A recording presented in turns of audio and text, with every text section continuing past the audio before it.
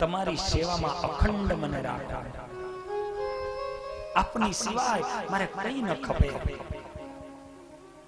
સતાનંદ, મારી સેવામાં અખંડ તારે રહેવું હોય તો અત્યારે ઉત્તર કૌશલમાં હું પ્રગટ થઈ અને સૌરાષ્ટ્રની અંદર હું વિચરું છું, ત્યાં મને મળો. તમારા મનોરથો બધાય પૂરા થશે. નરનારાયણ દેવ અદૃશ્ય થયા. સતાનંદ સ્વામી ત્યાંથી ફરતા ફરતા 2 મહિનાને અંતે અમદાવાદ પહોંચ્યા. બદ્રિકાશ્રમથી નીકળી ચાલતા ત્યાં એને સાંભળ્યું છે કે કોઈ સ્વામિનારાયણ કરી ડભાણની અંદર યજ્ઞ કરે છે. એ ભૂદેવો બ્રાહ્મણોના મુખથી સાંભળી એ સંઘમાં જોઈન્ટ થઈ ગયા. અને મહારાજ તે દિવસે વિષ્ણુ યાગ કરતા હતા ડભાણની ધરતી ઉપર. સતાનંદ સ્વામી ત્યાં આવ્યા. લાખોની જનમેદની હરિભક્તો જે હાર આપે સ્વામિનારાયણ ભગવાન પોતાની રૂપેરી એ સોટીએ કરી અને લે. કોઈ વસ્ત્રો, કોઈ અલંકારો ભગવાને સોટીથી લઈ લઈને એક બાજુ મૂકે. આ દ્રશ્ય જોયું. સતાનંદજી નજીક આવ્યા. મહારાજે એમને આવકાર્યા. સતાનંદજી મહારાજનો ચરણ સ્પર્શ કરી અને જ્યાં બેઠા અને સતાનંદજીને ત્યાં સમાધિમાં પહેલા ભગવાન નરનારાયણ દેવના દર્શન થયા. અને એ નરનારાયણ દેવના દર્શન પછી સમાધિની અંદર બીજા અવતારોના દર્શનો કરાવી ભગવાન સ્વામિનારાયણે અક્ષરધામમાં રહેલ આ પ્રગટ સ્વરૂપ એના દર્શન કરાવ્યા. અને એમાં એને ખબર પડી, ઓહો, હું તો મૈત્રેય છું.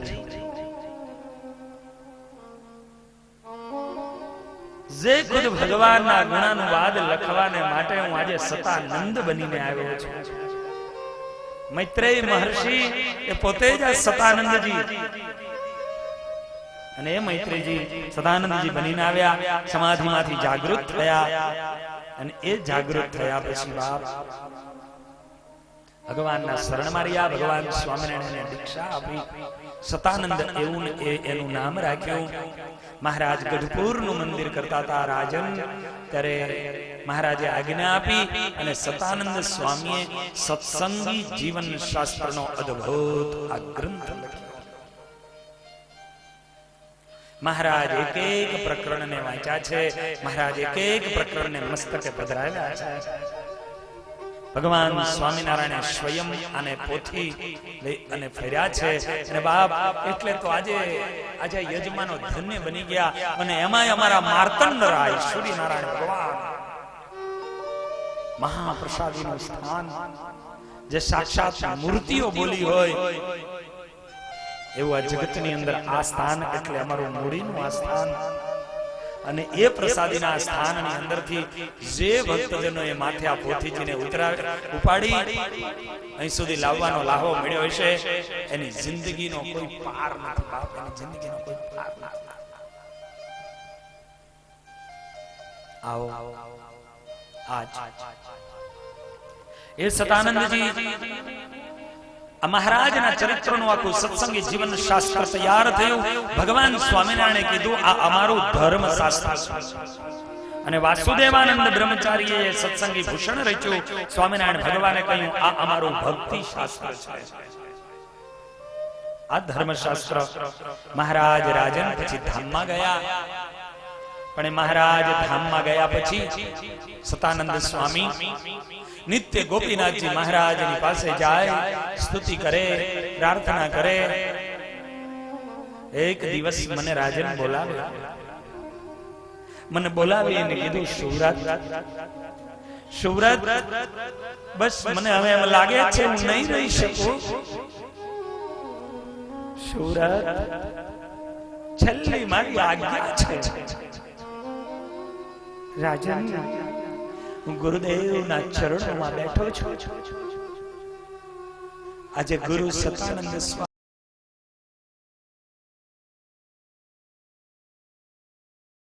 થાક ઉતરી જાય. જન્મો જન્મના આપણા થાક ઉતરી જાય. આજ મીરાબાઈ એમ કહે છે, આજે મેવાડની મહારાણી અને એમ કે મારા દ્વારિકાધીશને રાજી કરવાના માટે હું છેલ્લો મુજરો કરી લાવું. પગમાં ઘૂંઘરા બાંધ્યા છે, હાથમાં કરતાલો લીધી છે અને પગ ઘૂંઘરું બાંધ કે આજ એ જે એની અંદર જે એ પોતે એ ઠાકોરજીની સામે બસ તન્મય બની ગયા. દ્વારિકાધીશ એની સામે આજે મીરાબાઈ નાચવા લાગ્યા. હે ગિરધર, હે ગોપાલ,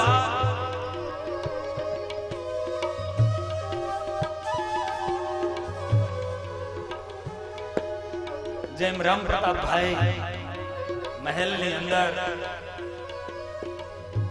પોતાના ઉતારામાં મહારાજને રાજી કરવા નાચતા, એમાં આજે મીરાબાઈ પગમાં ઘૂંઘરો બાંધી અને પોતે નાચતા નાચતા એમ કહેવાય દ્વારિકાધીશની મૂર્તિ સુધી ગયા. અને એ દ્વારિકાધીશની મૂર્તિની અંદર આગળ વધતા વધતા બીજી કોરીમાં દેહનું ભાન ભૂલી ગયા. ત્રીજી કોરીમાં આગળ આવ્યા. પહેલી કોરીમાં પગ ઘૂંઘરું બાંધનિયા નાચી રે, પગ ઘૂંઘરું બાંધનિયા નાચી રે, મેં અપને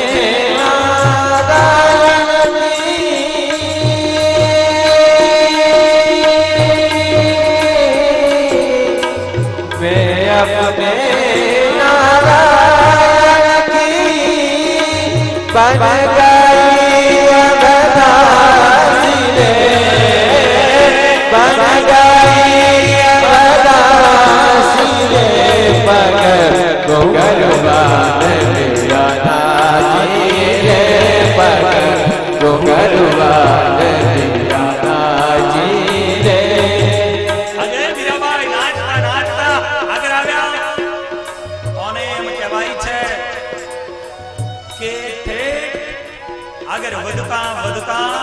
ભગવાન દ્વારિકાધીશના 12 સુધી આવ્યા.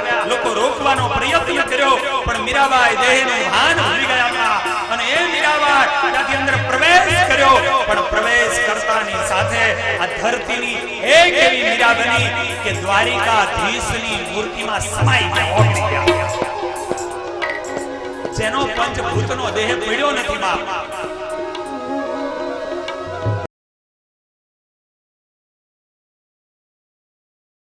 કરતા સુરજજી કહે છે હું અહીંયા આવ્યો, પણ અહીંયા આવ્યા પછી આજે તમે મળ્યા, હું એ ભગવાનના પ્રાગટ્યની કથાઓ એને કહું છું. અને ભગવાનના પ્રગટ્યની કથાનો પ્રારંભ કરે રાજન. પૂર્વે ઉત્તર ભારતની અંદર અદ્ભુત એવો હિમાલય પર્વત છે. ક્યાંક ક્યાંક ચાંદીના જેવો ચમકે છે તો ક્યાંક સોના જેવો ઝરકે છે, તો ક્યાંય ક્યાંય ત્રાંબા અને પિત્તર જેવો પણ એ દેખાય છે. આવો મહાન એ હિમાલય, એની અંદર અદ્ભુત એવું બદ્રિકાશ્રમ તીર્થક્ષેત્ર છે. અને એ તીર્થક્ષેત્રની અંદર ભગવાન સાક્ષાત શ્રી નરનારાયણ દેવ જ્યાં આજે પણ રહે છે. ભક્તો, ભગવાનના જે અવતારો થયા દરેક અવતારો આ શરીર છોડીને ગયા છે. એક જ એવો અવતાર આજ સુધીમાં થયો છે કે આ ધરતી ઉપર પ્રગટ્યા પછી આજ સુધી ગયા નથી. અને એવો કોઈ અવતાર હોય તો એ ભગવાન શ્રી નરનારાયણ દેવનો અવતાર છે. આજ પણ એના એ જ શરીરથી આ ભારત ભૂમિની પ્રજા સુખી થાય એની માટે પોતે તપ કરી રહ્યા છે. એ કેવું સ્થાન છે! વિશાળ એક બોરડીનું વૃક્ષ છે, એની નીચે વેદિકા, અને એ વેદિકાની ઉપર ભગવાન નરનારાયણ દેવ બેસે છે. એક બાજુ ઉદ્ધવજી હોય, એક બાજુ નારદજી હોય, અનેક ઋષિઓ હોય, ધર્મ અને મૂર્તિ દેવી હોય. આવો ખુલ્લો આ પ્રદેશ, છતાં ત્યાં માખી કે મચ્છર પણ જોવા મળતું નથી. અરે પ્રદેશ આ બદ્રિકાશ્રમ, બદ્રી એટલે બોરડી, બોરડીનું વૃક્ષ મેન જ્યાં છે. એના કેવા તો ફળ છે કે આ બદ્રી વિશાળ આ બોરડીને જ્યારે બોર આવે ત્યારે ઋષિઓને પણ ભ્રાંતિ થાય, ઋષિઓને પણ ભ્રાંતિ થાય કે ઓહો ક્યાંક આ તુંબડા લાગેલા છે કે શું, તુંબડા લાગેલા છે કે શું? વિચાર કરો ભક્તજનો, વિચાર કરો. કારણ એવા મોટા બોર, એક બોર માં તો બધું પૂરું થઈ જાય. આવા સ્થાનમાં જે પ્રાણીઓ એ પણ પોતાના સ્વભાવોને ભૂલી ગયા છે, સિંહ અને મૃગલા સાથે ફરે છે, નાગ અને નોરિયા સાથે રમે છે, હંસ અને કાગડાઓ સાથે ચણને ચણે છે. અદ્ભુત આ વાતાવરણ છે. ભૂમિનો પ્રભાવ હોય છે. ભૂમિ જે છે ને એ ભૂમિનો પ્રભાવ છે. ભગવાન સ્વામિનારાયણ આ મૂડીની ધરતી ઉપર જે દિવસે પધાર્યા, અને આ મૂડીની ધરતી ઉપર જે દિવસે ભગવાન સ્વામિનારાયણ પધાર્યા ને તે દિવસે ભક્તો સર્વપ્રથમ મંદિર માટેની જમીન જો ક્યાંય અર્પણ થઈ હોય તો એ મૂડીની ધરતીમાં અર્પણ થઈ. જમીનનું આ સંપ્રદાયમાં કોઈ મૂળ હોય તો એ અમારી મૂડી છે. મંદિર પછી ભલે ભલે પણ એ મંદિર માટેની જમીન, કારણ કે આ 24 આ ક્ષત્રિયો પરમારો સ્વતંત્રતા હતી એમની. મહારાજને કીધું પ્રભુ તમને ગમે ત્યાં જગ્યા લો. આમ તો પહેલા એમની ઈચ્છા તો એવી હતી રામાભાઈ રાજાની, દાજીભાઈની, કે એમને આ જગ્યાઓ જ્યાં અત્યારે કોર્ટ છે એ જગ્યા ઉપર એમને અંબલીઓમાં, પણ મહારાજે કહ્યું નહીં, આ જગ્યા અતિ મહાન અને પવિત્ર છે, માટે અહીંયા મંદિર કરવું છે. મિત્ર અહીં તો કાઠીઓના ખેતરો અને અહીંયા ઓકરાઓ હતા, છતાં આ જમીન પસંદ કરી. કારણ કે એક ઋષિ યુગો પહેલા ધૂણી ધખાવી અને ધૌમ્ય ઋષિએ અહીંયા સાધના કરી અને ભગવાનને પ્રસન્ન કરી અને માંગણી કરી કે પ્રભુ મને અત્યારે ઉભા ઉભા જેવા દર્શન દો છો, એવા દર્શન તમે અમને યુગો સુધી આ લોકોને આપો. જ્યાં અર્લક જેવા રાજાઓ અને જ્યાં દત્તાત્રેય અને ભગવાન શ્રી કૃષ્ણ આ ભૂમિ ઉપર રહ્યા છે, માટે આ ભૂમિમાં રાધા કૃષ્ણ દેવ પધરાવ્યા છે. ભૂમિના પ્રભાવો હોય છે. આજે બદ્રિકાશ્રમની અંદર ભગવાન નરનારાયણ દેવ એવામાં એક દિવસ હજારો ઋષિઓ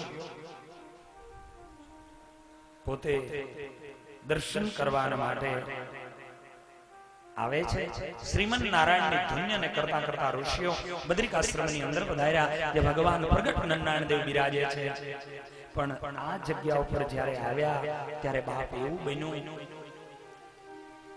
ભગવાન નર એ પોતે વેદિકા ઉપર બેઠા છે, ભગવાન નારાયણ નથી. અને હજારો ઋષિઓ આવ્યા, એને આવકાર્યા, એને બિરાજિત કર્યા અને તે દિવસે પ્રાર્થના કરી. સંતો નીચે બેઠા એટલે ભગવાન મારે કહ્યું, સંતો તમે યોગ્ય સમય ઉપર આવ્યા છો, હમણાં જ ભગવાન નારાયણ આવશે, તમને એના દર્શન થશે. અને તે દિવસે ભગવાન નર એ સંતોની માટે જે શબ્દો બોલ્યા, સતાનંદ સ્વામીએ એની નોંધ કરી. હે ઋષિઓ, તમે અમારા આશ્રમમાં પધાર્યા, અમે ધન્ય બની ગયા. કારણ હૃદયાનંદો મહાજાતો ભવતામ દર્શના સર્વ સુલભ મે વાસ્તિ દુર્લભ સંત ક્ષમાગમઃ દુર્લભ સંત ક્ષમાગમઃ. દુર્લભમાં દુર્લભ જો કોઈ હોય તો એ સંત સમાગમ છે.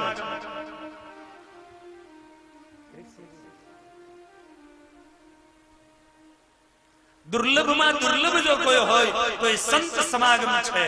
અને સંત સમાગમ અતિ દુર્લભ છે. અને એટલા માટે તો કહે છે સંત તુલસીદાસજી પણ એમ કહે, સંત મિલન. આ જગતની અંદર સુખમાં સુખ કોણ? એ મૂડીની વાતો કરી ને, એ એવો ને એવો બીજો પ્રદેશ અમારો. એટલે ઝાલાઓ એક બાજુ ધાંગધ્રા સ્ટેટ, એક બાજુ લીમડી ભાયા યા રાણાઓ ના ઇલકા બહુ મળ્યા. અને એ ભલગામડા, એ શિયાણી, એ તાવી, એ જષ્ટજીતસિંહ રાજા, એમને ત્યાં સત્સંગ પ્રત્યે એમની સુરવીરતા આજ પણ જોવો બાપ તો મૂડી મંદિરની અંદર પ્રવેશ કરો અને સિંહની બાજુમાં એ તલવાર લઈને ઉભેલા કોઈ તમને જોવા મળે તો જષ્ટજીતસિંહ રાજા છે. બધી પરંપરાઓ અને એ પરંપરાના અમારે અત્યારે કિરીટસિંહજી રાણા સાહેબ એ પણ અહીંયા પધાર્યા છે, જ્યાં પ્રસાદીનો જ પરિવાર છે.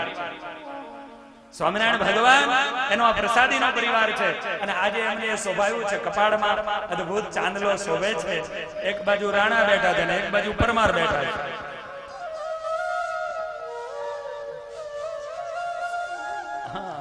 આ બધા આમાં ભગવાન સ્વામિનારાયણને લઈ લઈને જે ફર્યા છે અને એવા પ્રસાદીનો પરિવાર. બાપુ એક વસ્તુ મને બહુ ગમી, કહી દઉં હારે હારે અને પછી સંત સમાગમ એની વાત કરું. પણ આ ઝાલાવાડ માટે લગાવ બહુ છે. પણ ત્યાં નીકળ્યા પછી જ્યારે રોડ ઉપર બંને સાઈડે જે વૃક્ષોને વાવેલા મેં જોયા, ઠેઠ લીમડીની આગળથી નીકળી અને ચોટીલા સુધી મેં આગળ જોયું અને પછી વિચાર કરતા કરતા મને નક્કી થયું કે ભાઈ અમારી ઝાલાવાડને લીલોતરી કરવા માટેનું આ પણ કોઈ લીધું હોય ને તો કારણ કે એનો મિનિસ્ટર છે ને અમારો ઝાલાવાડી છે, એટલે મેં આ સુકાને લીલું બનાવવા માટે જઈ રહ્યા છે. અદ્ભુત એ પીપળા આદિ સરસ વડ, એ અદ્ભુત અદ્ભુત તમે વૃક્ષો, કારણ કે વૃક્ષ છે તો ધરતીનો શૃંગાર છે. માણસ જો કોઈથી શોભે, કોઈ પણ વસ્તુ જો શોભે તો શૃંગારથી શોભે છે.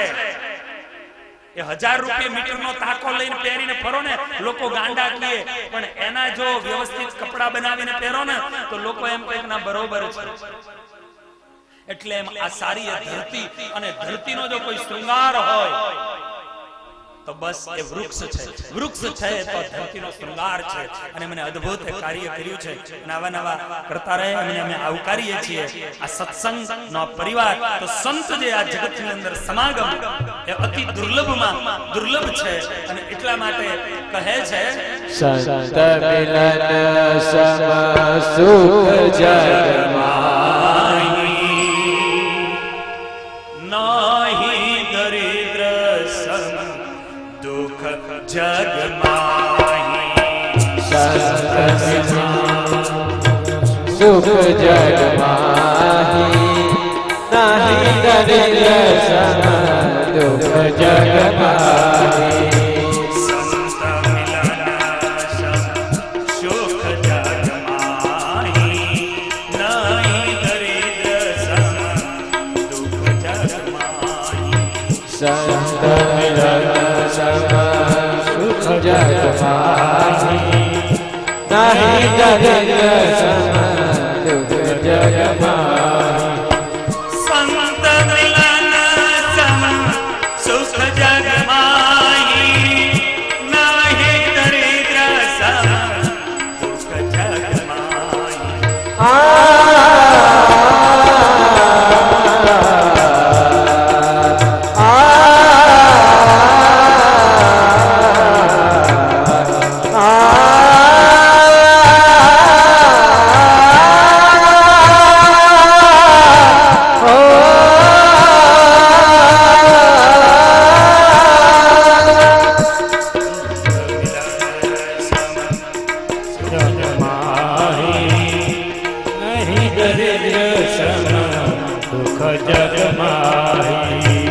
સંત મિલન સમ સુખ જગમાહી નાહી દરિદ્ર સમ દુઃખ જગમાહી.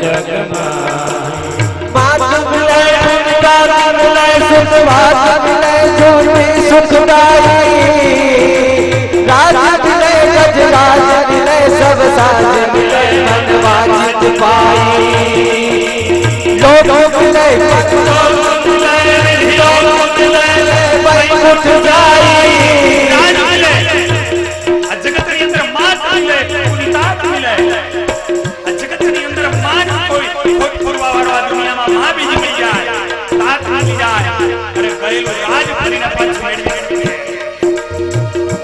ગજરાજને પાછો મેળવી શકે, માત મિલે પૂરી તાત મિલે, રાજ મિલે, ગજરાજ મિલે, ગયેલી તમામ વસ્તુઓને પાછી પ્રાપ્ત કરી શકીએ છીએ, પણ આ જગતમાં માત મિલે, मात मिले पुनिता मिले सुखवात मिले ज्योति सुखदारी राज मिले गजराज मिले सब साज मिले मनवाजी बाई लोक मिले परलोक मिले विधिलोक मिले ये वैकुंठ जाई आसुरन लोक मिले सब लेकिन संत समागम दुर्लभ भाई, संत समागम दुर्लभ भाई, संत समागम दुर्लभ भाई, संत समागम दुर्लभ भाई, સંત સમાગમ દુર્લભ. જગતની અંદર બધું જ મળી શકે છે, ગયેલી વસ્તુને ફરી અને પાછી મેળવી શકીએ છીએ, પણ માત્ર ને માત્ર જો દુર્લભમાં દુર્લભ કોઈ હોય તો એ સંત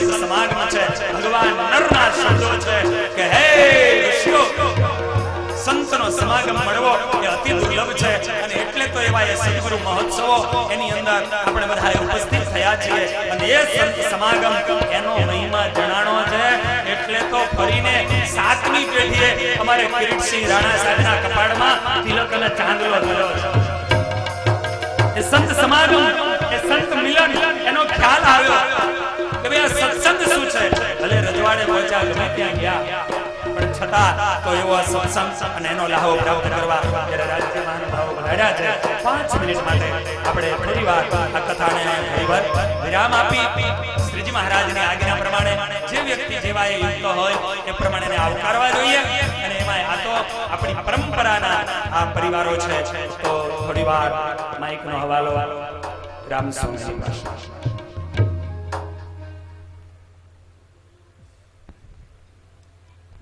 ભક્તજનો, ખરેખર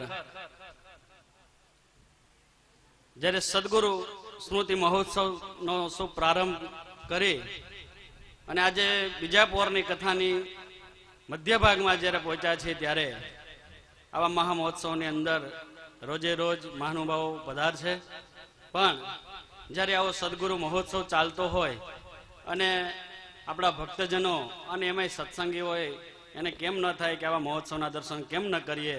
પણ ખરેખર આ જ વિસ્તારના અને ખૂબ સેવાભાવી એવા અમારે કિરીટસિંહ પૂર્વ મંત્રીશ્રી હતા, પોતે અહીં પધાર્યા છે.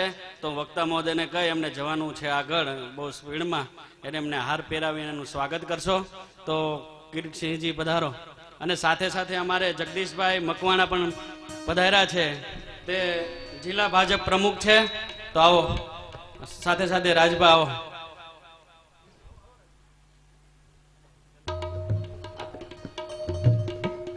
ખરેખર ભક્ત તાળીઓથી વધાવજો. એક આપણું એક સંપ્રદાયનું એક તિલક ચાંદલો કરી અને જ્યારે વિધાનસભામાં બેસતા હશે, સંસદ સભામાં બેસતા હશે, ત્યારે આપણું કેવું ગૌરવ હશે. ખરેખર ભક્તજનો, તાળીઓથી વધાવજો ભક્તજનો.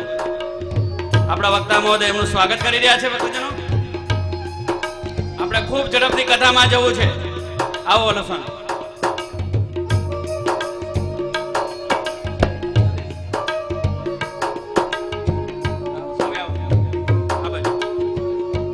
અમારે કોઠારી સ્વામી કૃષ્ણવલ્લભદાસજી સ્વામી કિરીટસિંહજીને આશીર્વાદ આપી રહ્યા છે. ભક્તજનો, ખૂબ એમની સાથે ભાવ છે. હાર આપો ભાઈ. હાર પહેરાવી અને સ્વાગત કરી રહ્યા છે. સરસ. ભક્તજનો, આપણે આ સભાની અંદર કિરીટસિંહજી પધાર્યા, આપણે એનું સ્વાગત કર્યું. હવે આપણે ખૂબ ઝડપથી વક્તા મહોદયને કહીએ, આપણે મધુર વાણીથી અમને કથાનો લાભ આપો. વક્તા મહોદય.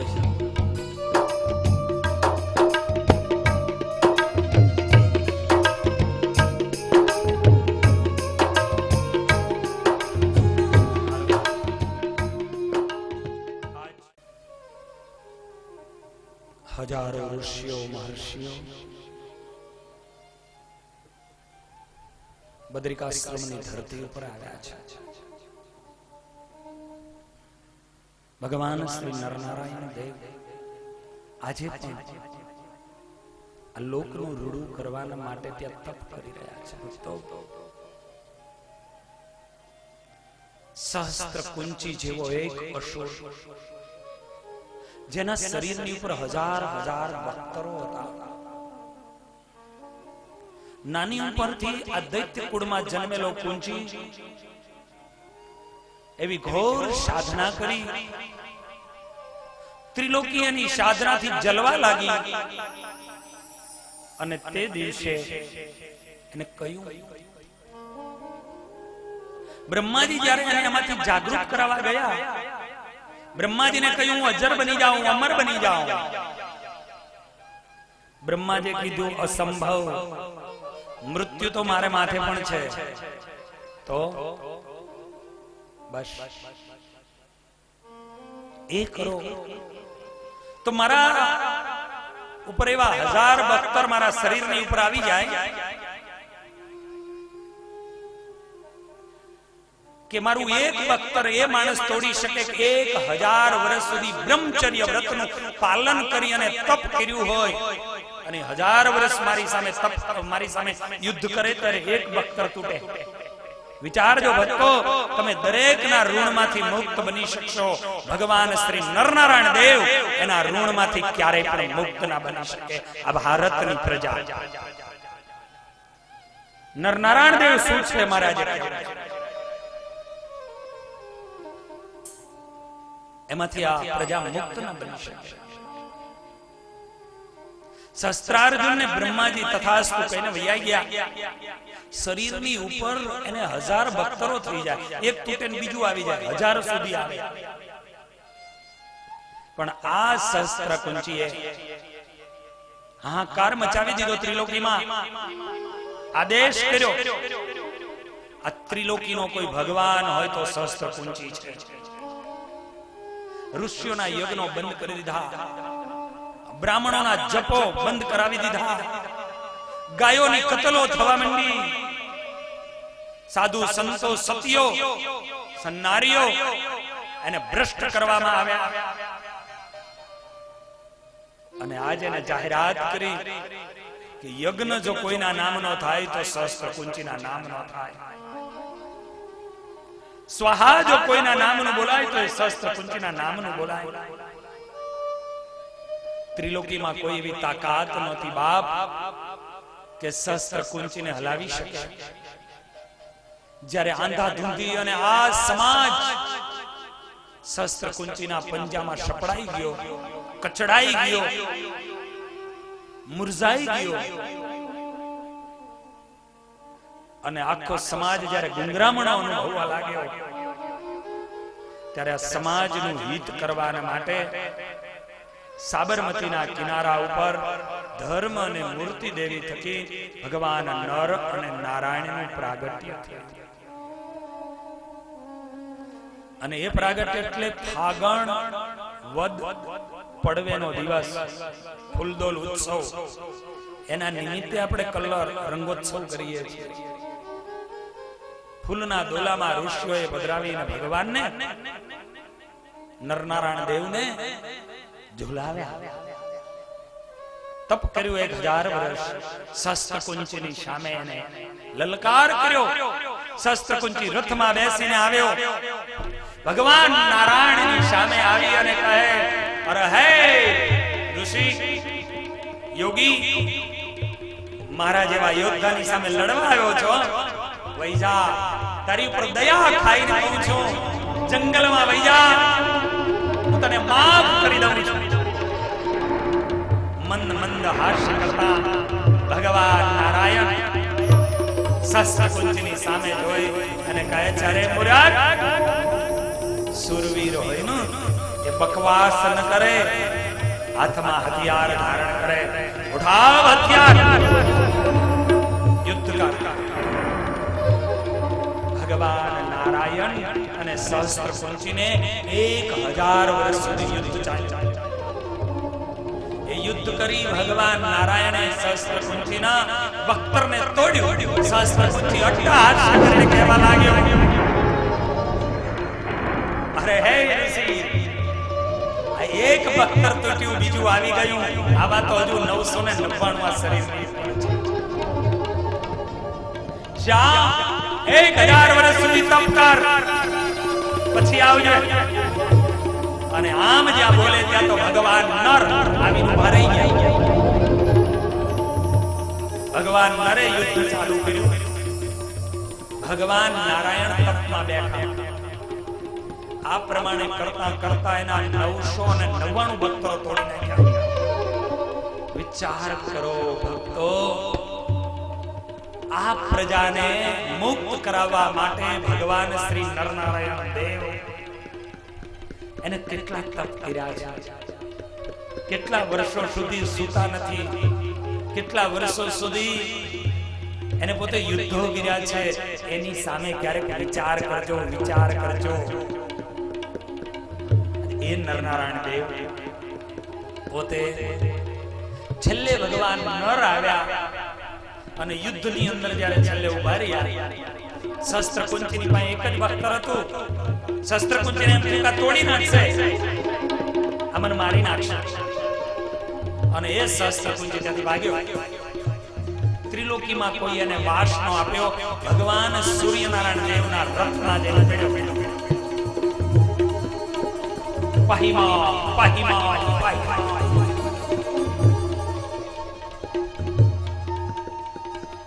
સૂર્યનારાયણ દેવ જાણતા હતા કે આ જગતને, આ ત્રિલોકીને હેરાન કરવા વાળો. પણ એક સમય હતો કે શરણાગત કોઈ આવે એને માફી આપવી જોઈએ. ભગવાનને કહ્યું, પ્રભુ મને ખબર છે આને મારવો જોઈએ, પણ આજે મારા શરણે આવ્યો છે એટલે અત્યારે એને છોડી દો. ભગવાન નર કહે છે કોઈ વાંધો નહીં. શસ્ત્રકુંચી, જે દિવસે તું ભગવાન સૂર્યનારાયણ દેવના રથને છોડીશ તે દિવસે તારું મૃત્યુ નક્કી છે. હું તારી રાહ જોઉં છું. ભગવાન નર ત્યાંથી ગયા બદ્રિકાશ્રમમાં. ભગવાન નર અને ભગવાન નારાયણ બંને તપશ્ચર્યાની આરાધના કરવા લાગ્યા. આ બાજુ અહીંયા સૂર્ય નારાયણ દેવ અવારનવાર કે ભાઈ શસ્ત્રકુંચી તું જા, તું જા. પણ એને પેલા શબ્દો યાદ આવે કે જે દિવસે આ રથને તે છોડ્યો તે દિવસે તારું પૂરું. જાય નહીં. યુગો વયા ગયા બાપ, યુગો વયા ગયા. ઘણી વખત મહેમાનો એવા થઈને આવીને પડી જાય કે હવે ક્યારે ઘરે જાશો. આજે આ સ્થિતિ આમને બની. એવામાં આજથી 5,500 વર્ષ પહેલા કુંતાજીનો પ્રસંગ બન્યો. દુર્વાસાજીની કૃપા ઉતરી. શસ્ત્રકુંચી નરનારાયણ દેવ આ શું છે બતાવો. અને દુર્વાસાજી 5 મંત્રો આપી અને ગયા. પણ એ દુર્વાસાજી ગયા પછી બાપ સમય જતા કુંતાજીને હજુ લગ્ન નહોતું થયું. કુંતાજીએ વિચાર કર્યો, નદીના કિનારે ગયા, સ્નાન કર્યું, 5 મંત્રની અંદરથી લાવ